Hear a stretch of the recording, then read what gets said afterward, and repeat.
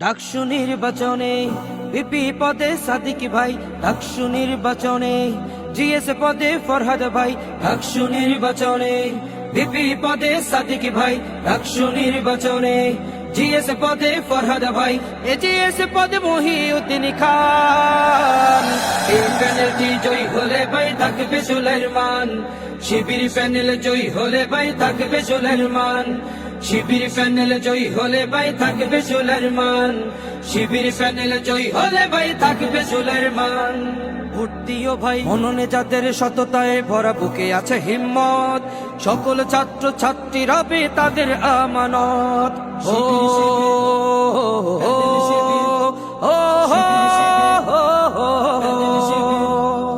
মননে যাদের সততায় ভরা, বুকে আছে হিম্মত, সকল ছাত্র ছাত্রী রবে তাদের আমানত। এই আমানতের খেয়ানত করা